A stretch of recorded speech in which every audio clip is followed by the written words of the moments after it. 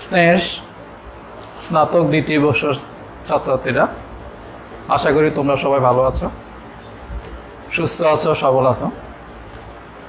Sheikh Rasel digital lab থেকে আমি শান্তনু সাহা, প্রভাষক, রসায়ন বিভাগ, তোমাদেরকে স্বাগত জানাচ্ছি। আশা করি এই মহামারী দুর্যোগে তোমরা সবাই ভালো আছো, সুস্থ আছো এবং বাসায় পড়াশোনা করছো। যাক, আমরা আজকে তোমাদেরকে এই অনলাইন ক্লাস, আজকে আমরা আলোচনা করব অনলাইন ক্লাসে রাসায়নিক বন্ধন, যাকে আমরা বলি কেমিক্যাল বন্ড। সেই কেমিক্যাল বন্ধন সম্বন্ধে তোমাদেরকে আমরা আলোচনা করব আজকে। তাহলে আমরা লিখি রাসায়নিক বন্ধন।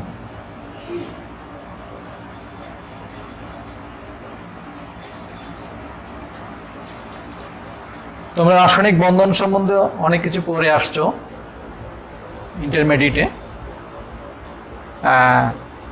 আজকে আমরা রাসায়নিক বন্ধনের যে টপিকটা নিয়ে আলোচনা করব সেটা হচ্ছে সিগমা বন্ধন, পাই বন্ধন। সিগমা বন্ধন এবং পাই বন্ধনের সেই টপিকটা নিয়ে আমরা আজকে আলোচনা করব। সিগমা ও পাই বন্ধন, এই টপিকটা নিয়ে আমরা আজকে আলোচনা করব, আরো আলোচনা করব আমরা। তাহলে আমরা জানি হয়তো বা এগুলো পড়ে আসছো তোমরা ইন্টারমিডিয়েটে, কিছু ধারণা নিয়ে আসছো যে সিগমা বন্ধন, পাই বন্ধন কি।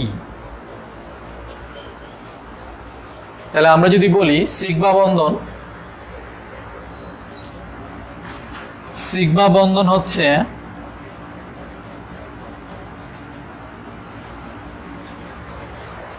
অনুঘটনের সময় যখন দুইটা পরমাণুর দুইটা অরবিটাল সামনাসামনি অতিক্রমণ করে তখন সিগমা বন্ধন। এগুলা কিছু ধারণা আছে তোমাদের। একটা অনুঘটনের সময় যখন দুইটা পরমাণুর দুইটা অরবিটাল সামনাসামনি অতিক্রমণ করে তখন তাকে আমরা বলি সিগমা বন্ধন। আমরা জানি অরবিটালগুলো কি কি হতে পারে, আমরা জানি এস, পি, ডি, এফ, এগুলো অরবিটাল আমরা পড়ে আসছি, এগুলো জানে। তাহলে সামনাসামনি সোজাগতার সামনাসামনি যে অতিক্রমণ ঘটে সে অতিক্রমণকে আমরা বলবো সিগমা বন্ধন। যেমন আমরা যদি বলি এটা এস এস হতে পারে, অরবিটাল এস এস হতে পারে। যেমন একটা এস অরবিটাল, আমরা জানি এস অরবিটাল আকৃতি হচ্ছে গোলাকার, প্লাস আরেকটা এস অরবিটাল হতে পারে। তাহলে এই দুইটা সামনাসামনি অতিক্রমণের ফলে যে বন্ধন হবে সেটাকে আমরা বলবো সিগমা বন্ধন। জানো এগুলো কিছু ধারণা আছে তোমাদের। একই অক্ষ বরাবর হতে হবে। তাহলে সংজ্ঞাটা কি দাঁড়াচ্ছে? অনুঘটনের সময় একই অক্ষ বরাবর দুইটা পরমাণু দুইটা অরবিটাল যদি সামনাসামনি অতিক্রমণ করে তখন তাকে আমরা বলবো সিগমা বন্ধন। সেটা এস এস হতে পারে, সেটা আবার একটা এস এস অরবিটাল আমরা জানি, আবার একটা পি অরবিটাল আমরা জানি ডাম্বেল আকৃতির। তাহলে একটা এস একটা পি হতে পারে। আবার আমরা জানি দুইটা পি, একটা পি প্লাস আরেকটা পি, এই দুইটা পি পি অরবিটাল হতে পারে। তাহলে একই অক্ষ বরাবর যে অতিক্রমণ হবে, সোজা কথা, একই অক্ষ বরাবর সামনাসামনি যে অতিক্রমণ হবে সে অতিক্রমণকে আমরা বলবো সিগমা বন্ধন। সিগমা বন্ধন খুব শক্তিশালী, এটার বন্ধন ইলেকট্রন ঘনত্ব খুব বেশি থাকে, এটা শক্তিশালী বন্ধন আমরা জানি। আর পাই বন্ধন, পাই বন্ধন পাশাপাশি অতিক্রমণ, সোজা কথা, যে অনুঘটনের সময় দুইটি পরমাণু দুইটি অরবিটাল যখন পাশাপাশি অতিক্রমণের ফলে আমরা জানি পাই বন্ধন হচ্ছে যে পাশাপাশি অতিক্রমণ, দুইটি একই অক্ষ বরাবর, ধরো একটা পি অরবিটাল একটা পি অরবিটাল যদি পাশাপাশি অতিক্রমণ করে, পাশাপাশি যে বন্ধন করে তখন তাকে আমরা বলি পাই বন্ধন। সাধারণত এটা একটা দুর্বল বন্ধন, যদি পাশাপাশি অতিক্রমণ, এটা বিয়োজন শক্তি কম। তাহলে পাশাপাশি যে বন্ধন হয় তাকে আমরা বলি পাই বন্ধন। তাহলে এই সিগমা বন্ধন পাই বন্ধন মূলত এরা হচ্ছে সমযোজী বন্ধন। আমরা জানি বন্ধন তো পড়ছি আমরা আয়নিক বন্ধন, সমযোজী বন্ধন, আমরা পড়ে আসছি এগুলো সন্নিবেশ সমযোজী বন্ধন। তেমনি সিগমা পাই বন্ধন মূলত হচ্ছে সমযোজী বন্ধন। আমরা একটু ব্যাখ্যা করি একটা উদাহরণ দিয়ে।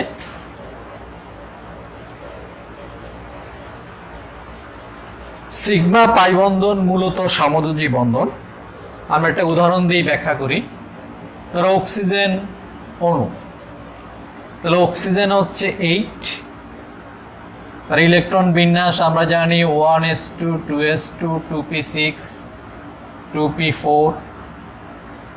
এখানে আমরা জানি লিখতে পারি 1s2 2s2 2px2 2py1 2pz1। তেমনি আরেকটা অক্সিজেন অণু যদি বলি 1s2 2s2 2px2 2py1 2pz1। ঠিক আছে? তাহলে এখন দেখো আমরা এখানে এই দুইটা পরমাণু হচ্ছে ব্যাজোর অরবিটাল, এই দুইটা অরবিটাল ব্যাজোর। তাহলে এটা পি অরবিটাল। দেখো আমরা যদি বলি এই একটা পি অরবিটাল পি ওয়াই, আমরা এই অক্সিজেনের লিখলাম, এই আরটা পি জেড ডাম্বেল আকৃতির plus A P Y A P Z. তাহলে আমরা যদি বলি দেখো এই দুইটা পি অরবিটাল মুখোমুখি অধিক্রমণ, এই দুইটা পি অরবিটাল পাশাপাশি অধিক্রমণ। তাহলে মুখোমুখি অধিক্রমণের ফলে হচ্ছে সিগমা বন্ধন, আর পাশাপাশি অধিক্রমণ হচ্ছে পাই বন্ধন। তাহলে দেখো একটা অক্সিজেন অণুর মধ্যে একটা সিগমা বন্ধন থাকে, একটা পাই বন্ধন থাকে। এখন মূলত আমরা এটাকে সমযোজী বন্ধন বলতে পারি। আমরা জানি সমযোজী বন্ধনের শর্ত হচ্ছে ইলেকট্রন শেয়ার অথবা অরবিটাল অধিক্রমণ যদি হয়, দুইটা পরমাণু অরবিটাল অধিক্রমণের ফলে যে বন্ধন হয় তাকে আমরা বলি সমযোজী বন্ধন, অথবা ইলেকট্রন শেয়ারের মাধ্যমে যে বন্ধন হয় তাকে আমরা বলি সমযোজী বন্ধন। এখানে দেখো দুইটা পি অরবিটাল, একটা পি ওয়াই আর একটা পি জেড অরবিটাল অধিক্রমণের ফলে সিগমা বন্ধন পাই বন্ধন গঠিত হয়েছে। আর অরবিটাল অধিক্রমণ মানে হচ্ছে সমযোজী বন্ধনের শর্ত। সুতরাং আমরা বলতে পারি, কি বলতে পারি, সিগমা বন্ধন ও পাই বন্ধন, সিগমা বন্ধন ও পাই বন্ধন মূলত সমযোজী বন্ধন। কারণ অরবিটাল অধিক্রমণের ফলে এখানে সিগমা বন্ধন পাই বন্ধন গঠিত হচ্ছে।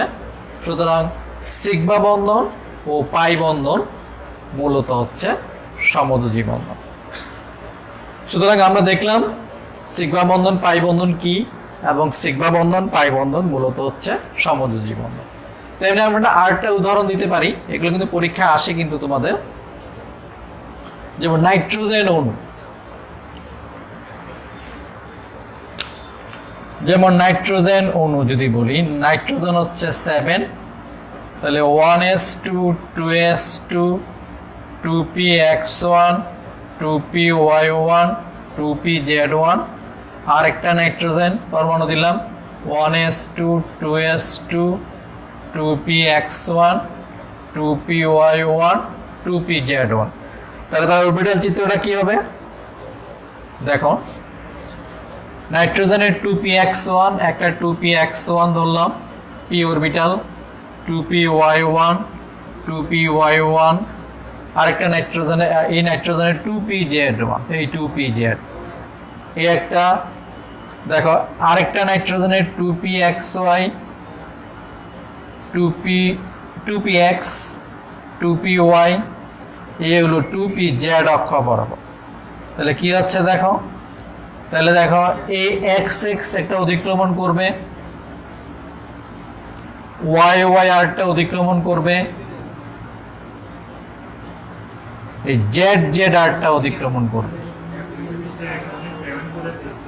তাহলে দেখো এখানে একটা সিগমা বন্ধন, এইটা পাই বন্ধন, পি জেড পি ওয়াই, এই হলো পি জেড আরটা পাই বন্ধন। তাহলে একটা থাকে সিগমা আর দুইটা থাকে পাই। আমরা জানি নাইট্রোজেনে ত্রিবন্ধন থাকে, যারা ত্রিবন্ধন থাকে তাদের দুইটা থাকে পাই, একটা থাকে সিগমা। আমরা জানি অক্সিজেনের দ্বিবন্ধন থাকে, একটা থাকে পাই, একটা থাকে সিগমা। যারা দ্বিবন্ধন থাকে সেখানে একটা থাকে পাই, একটা থাকে সিগমা। যারা ত্রিবন্ধন থাকে একটা থাকে সিগমা, দুইটা থাকে পাই। তাহলে আমরা দেখলাম এখানে অরবিটাল অধিক্রমণের ফলে এই বন্ধনটা নাইট্রোজেনের সিগমা পাই বন্ধন ঘটিত হয়েছে। সুতরাং অরবিটাল অধিক্রমণ হচ্ছে সমযোজী বন্ধনের শর্ত। সুতরাং সিগমা পাই বন্ধন মূলত সমযোজী বন্ধন। ঠিক আছে, তাহলে আমরা সিগমা পাই বন্ধন করলাম, সিগমা পাই বন্ধন মূলত সমযোজী বন্ধন।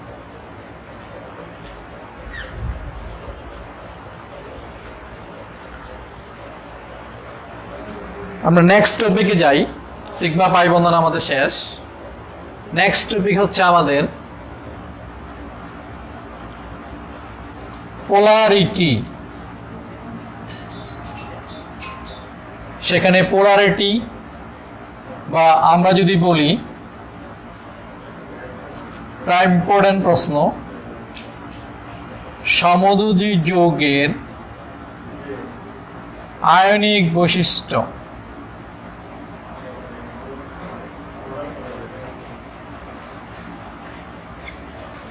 সেখানে আমরা ধারণা পাবো পোলারিটি ধারণা পাবো, সেখানে আমরা ধারণা পাবো ডাইপোলের ধারণা পাবো। কথা বুঝছো? ডাইপোলের ধারণা পাবো। তাহলে এই ডাইপোল ধারণা পাবো, পোলারিটি ধারণা পাবো। সেই যৌগটা হচ্ছে সমযোজী যৌগের আয়নিক বৈশিষ্ট্যর যৌগগুলোর মধ্যে আমরা, টপিকটা হচ্ছে আমাদের সমযোজী যৌগের আয়নিক বৈশিষ্ট্য। যৌগটা সমযোজী কিন্তু কি চরিত্র লাভ করে? সেই চরিত্রটা লাভ করবে, আয়নিক চরিত্র লাভ করবে। কখন? সেটা পড়তে গিয়ে আমাদের ডাইপোলের ধারণা পাবো, পোলারিটি ধারণা পাবো। কেমন? তাহলে এখন দেখো পোলার যৌগের ধারণা পাবো। পোলার যৌগ, সেখানে ধারণা পাবো পোলার যৌগের ধারণা পাবো। তাহলে তিনটা জিনিস খুব ইম্পর্টেন্ট জিনিস, এগুলো তোমাদের জ্ঞানমূলক প্রশ্ন আসে যে পোলারিটি কি, ডাইপোল কি, পোলার যৌগ কি। সেখানে যদি আমরা সমযোজী যৌগের আয়নিক বৈশিষ্ট্য ধারণা পাই, সেই ধারণাটা আমরা পাবো। তাহলে প্রশ্নটা হচ্ছে সমযোজী যৌগের আয়নিক বৈশিষ্ট্য। একটা যৌগ সমযোজী কখন আয়নিক চরিত্র লাভ করবে? আচ্ছা, আমরা জানি এই শর্তগুলো আমরা জানি। দুইটা পরমাণুর তড়িৎ ঋণাত্মকতার পার্থক্য, দেখো আমি একটু লিখি, দুইটি পরমাণুর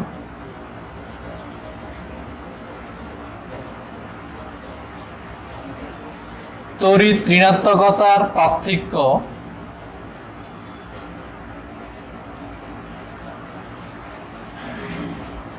যদি শূন্য হয়,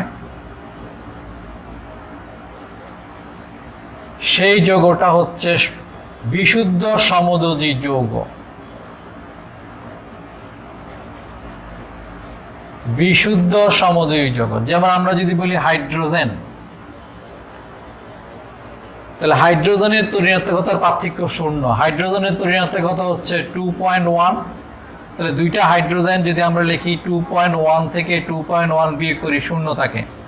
তাহলে দুইটা পরমাণুর ঋণাত্মকতার পার্থক্য যদি শূন্য হয়, যেমন হাইড্রোজেন, ক্লোরিন, এগুলো হচ্ছে বিশুদ্ধ সমযোজী যৌগ। দুইটা পরমাণুর ঋণাত্মকতার পার্থক্য যদি 0.5 অপেক্ষা কম হয়, 0.5 অপেক্ষা কম হয়, সেগুলো হচ্ছে আমরা বলবো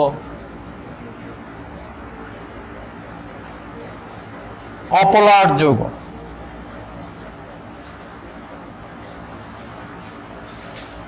অপোলার যৌগ। যেমন আমরা যদি বলি মিথেন একটা অপোলার যৌগ, যেমন কার্বন হচ্ছে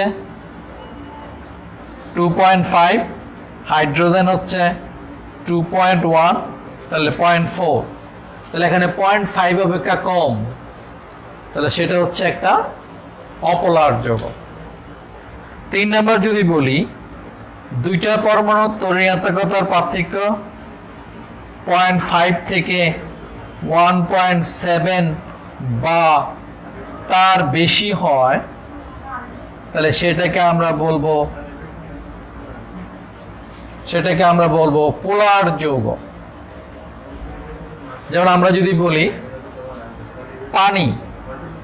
পানি একটা পোলার যৌগ, যেমন হাইড্রোজেনের অক্সিজেনের হচ্ছে 3.5, হাইড্রোজেন হচ্ছে 2.1, তাহলে 1.4, এটা 0.5 এবং 1.7 এর মাঝখানে পড়ে, তাহলে পানি হচ্ছে একটা পোলার যৌগ।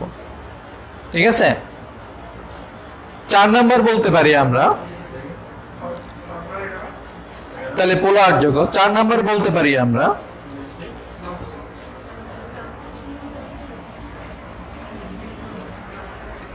দুইটা পরমাণুর তড়িৎ পার্থক্য যদি 0.7 এর চেয়ে বেশি হয়, 1.7 এর চেয়ে বেশি হয়, সেই যৌগটা আয়নিক চরিত্র লাভ করে। এটাকে আমরা বলবো সমযোজী যৌগের আয়নিক বৈশিষ্ট্য।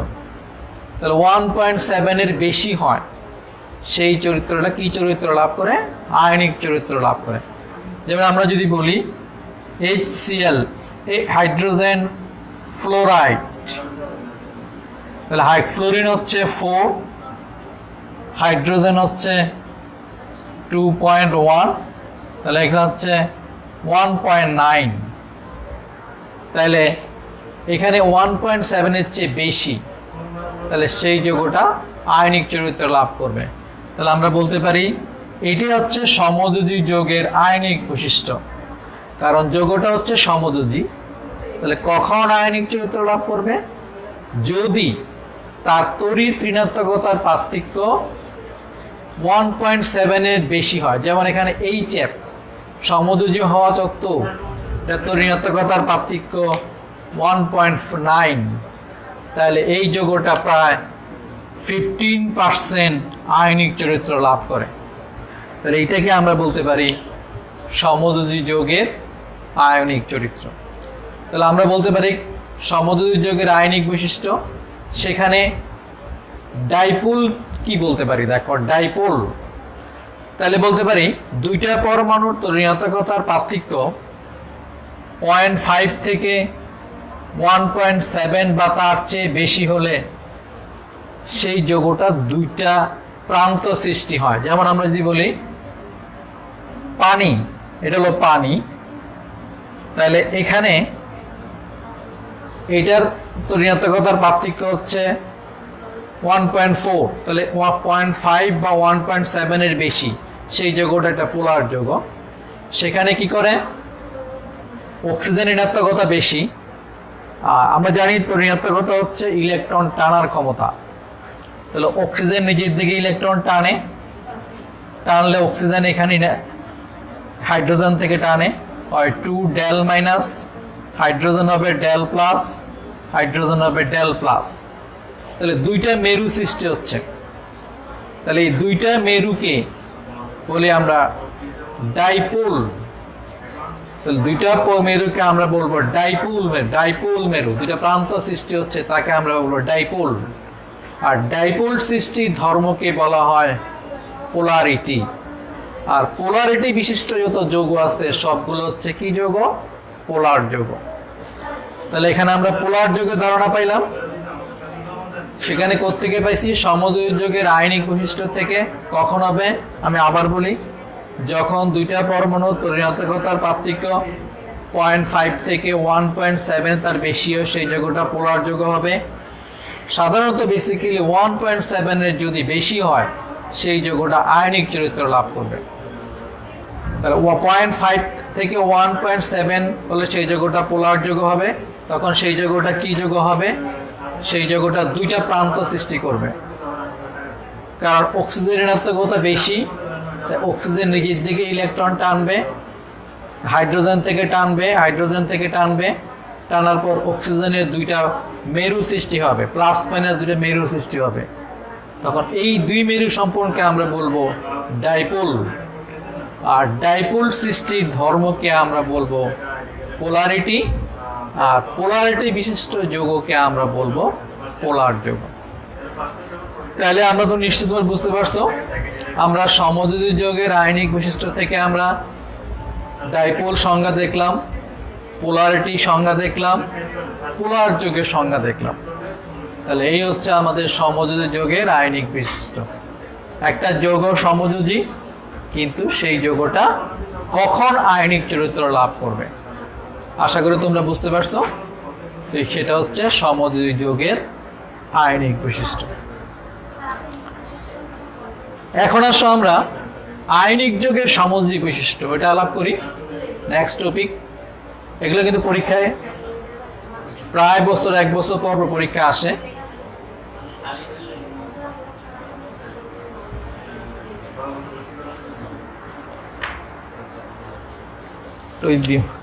আয়নিক যৌগের সমযোজী বৈশিষ্ট্য, এটা খুব ইম্পর্টেন্ট জিনিস।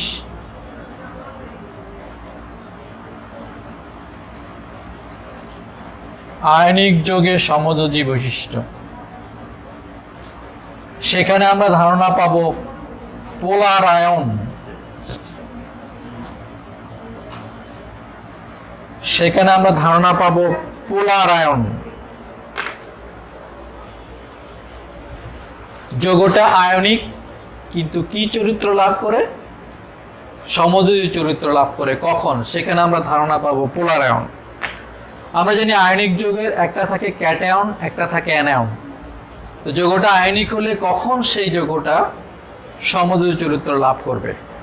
তাহলে আমরা জানি একটা আয়নিক যৌগের একটা থাকে ক্যাটায়ন, ক্যাটায়ন মানে পজিটিভ, আরটা থাকে অ্যানায়ন মানে নেগেটিভ।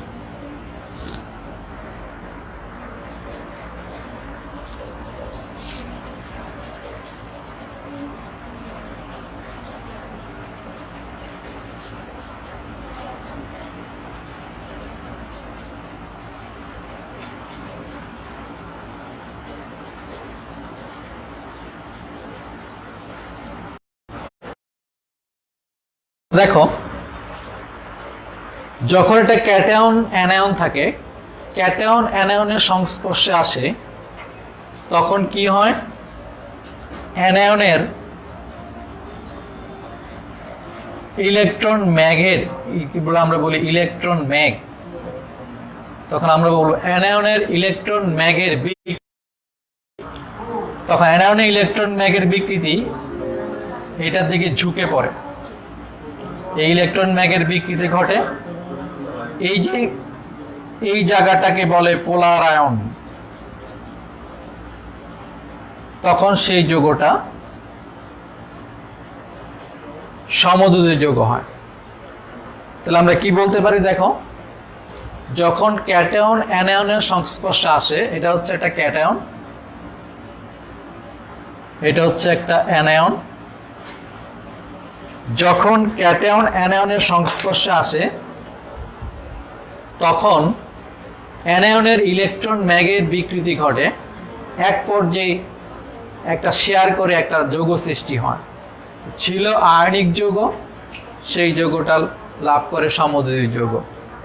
তাহলে এই যে ক্যাটায়ন দ্বারা অ্যানায়নের বিকৃতি, এই বিকৃতিটাকে বলা হয় কি? পোলার আয়ন। তাহলে আমরা সংজ্ঞাটা কি বলতে পারি? ক্যাটায়ন দ্বারা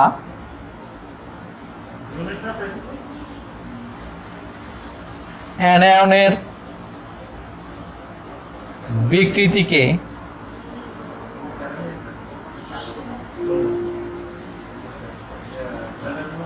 পোলার আয়ন বলে। তাহলে ক্যাটায়ন দ্বারা অ্যানায়নের বিকৃতিকে বলা হয় পোলায়ন। তাহলে আমরা কখন সেই যৌগটা সমযোজী হবে? একটা যৌগের মধ্যে পোলারায়ন যত বেশি ঘটবে, যত বেশি পোলারায়ন বেশি ঘটবে, সেই যৌগটা, সেই আয়নিক যৌগটা তত বেশি সমযোজী চরিত্র লাভ করবে। আমি আবার বলছি, আবার রিপিট করছি, কথাটা ইম্পর্টেন্ট। একটা যৌগের মধ্যে যত বেশি পোলারায়ন ঘটবে, সেই যৌগটা তত বেশি সমযোজী চরিত্র লাভ করবে। তাহলে আমরা পোলারায়নের কি ধারণা পাইতে পারি? আয়নিক যৌগের সমযোজী বৈশিষ্ট্যের ব্যাখ্যা, যে ক্যাটায়ন দ্বারা অ্যানায়নের বিকৃতিকে বলা হয় পোলারায়ন। একটা যৌগের মধ্যে পোলারায়ন যত বেশি ঘটবে, সেই যৌগটা তত বেশি সমযোজী চরিত্র লাভ করবে। এখন আসো, কোন কোন যৌগগুলোর মধ্যে পোলারায়ন বেশি ঘটে? বিজ্ঞানী ফাজানের নিয়ম আছে অনেকগুলো। দেখো, এটাকে আমরা বলবো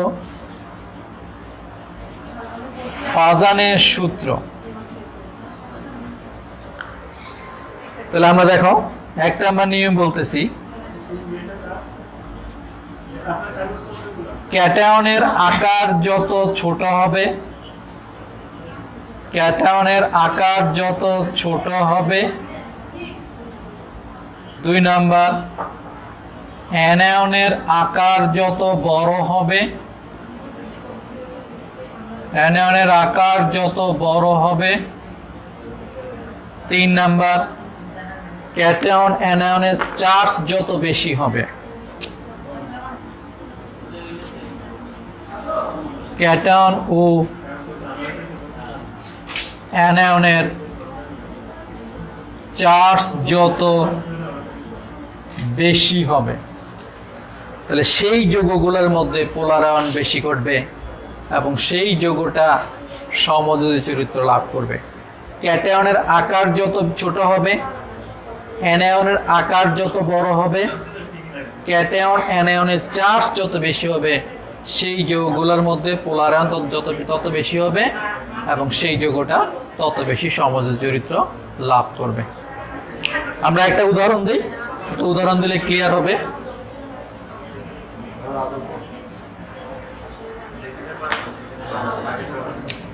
মনে করো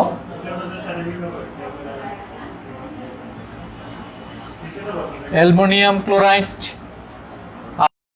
আর ক্লোরাইড, এই যৌগটা কোনটা বেশি সমযোজী চরিত্র লাভ করে?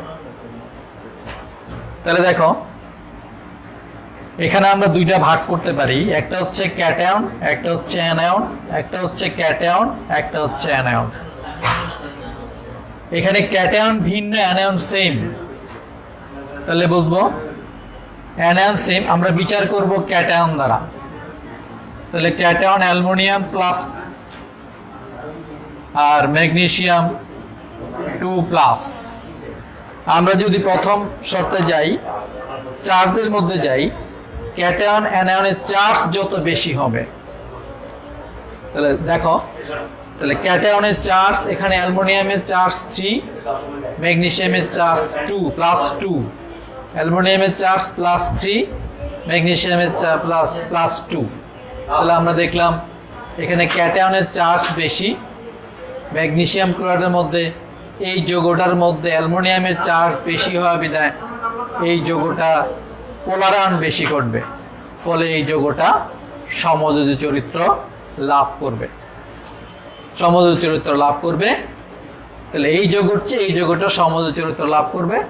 আর সমযোজী চরিত্র যত লাভ করবে, তোমরা নিশ্চয়ই জানো, সমযোজী যৌগগুলা পানিতে অদ্রবণীয় হবে, এতে গলনাঙ্ক স্ফুটনাঙ্ক বেশি হবে। সুতরাং এইটাই আমরা দেখলাম যে আয়নিক যৌগের সমযোজী বৈশিষ্ট্য। এভাবে আরো অনেক উদাহরণ আছে, তোমরা বইতে দেখে নিবা। এগুলো আমরা ইন্টারমিডিয়েটে কিছু কিছু ধারণা পেয়েছিলাম। তো এই তোমাদের ডিগ্রিতে খুব প্রশ্নগুলো প্রায় পরীক্ষা আসে। এখানে ব্যাখ্যা আসে বা টিকা আসে বা ব্যাখ্যা করো আসে, বড় প্রশ্ন আসতে পারে, ছোট প্রশ্ন আসতে পারে, যে কোনটা গলনাঙ্ক স্ফুটনাঙ্ক বেশি। যেটা সমযোজী যৌগ সেটা গলনাঙ্ক স্ফুটনাঙ্ক কম, যেটা আয়নিক চরিত্রে বেশি হবে গলনাঙ্ক স্ফুটনাঙ্ক বেশি হবে। আশা করি আমরা আজকে 3টা টপিক পড়লাম। একটা হচ্ছে সিগমা বন্ধন, পাই বন্ধন, একটা হচ্ছে সমযোজী যৌগের আয়নিক বৈশিষ্ট্য, আর একটা হচ্ছে আয়নিক যৌগের সমযোজী বৈশিষ্ট্য। আশা করি তোমরা বুঝতে পারছো। এগুলো বাসায় ভালোভাবে পড়বে এবং না বুঝলে আমাদেরকে ফোন করবে, আমরা চেষ্টা করব তোমাদের সাথে যোগাযোগ রাখার জন্য। তো আজকে এই পর্যন্তই। ভালো থেকো, সুস্থ থেকো, বাসায় নিয়মিত পড়াশোনা করো, অযথা বাইরে ঘোরাফেরি করবে না। সবাইকে ধন্যবাদ।